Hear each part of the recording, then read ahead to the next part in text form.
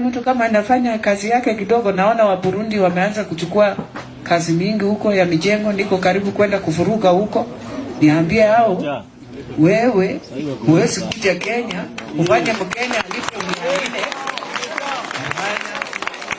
Hiyo nimesema jana huko kwa bunge, nikasema yule anaandika tu Mburundi ati anamlipa 400, atakuta maajabu. Kwa hiyo kumjengo yake hivyo nimetumana kwanza kwa upole, najua unaanzanga na uzuri. Andika barua nasema Kenyans are paid 700 and above. For you to bring Burundians na Kenyans not to get a job. Na Burundi hana hiyo visa ya kuja kufanya kazi ya mijengo hapa.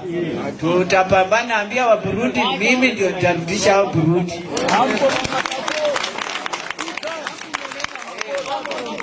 Hivyo sisi hatutaki hapa.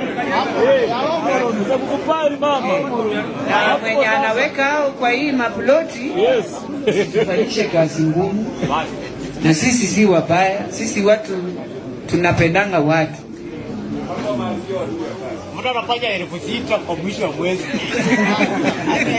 Nasikia hata security Burundi wamekuwa wengi. Tutaandikia hao barua. Burundi hawalipi tax. Wanalipaje tax? Hawalipi. Kwa hivyo sisi tutaandikia hawa barua. Na wacheza tutawafanyia maandamano ila hawajawahi ona kwa hivi. Kwa hivyo leo naenda kusema kabisa kwa bunge, serikali ianze kuangalia wa Burundi na wale wako Dagoretti North wako na makazi ya Wakenya, wapatie Wakenya. Ukipata mjengo iko na Burundi, sisi tunafunga hii mjengo. Anatuambia kama hakuna Wakenya wa kufanya kazi. Kwa pamoja na hii security pia huwezi kuweka wa Burundi tupu. Hapana, ati kwa sababu na walipa pesa kidogo. Hiyo mchezo hao watu wapeleke mbali kabisa.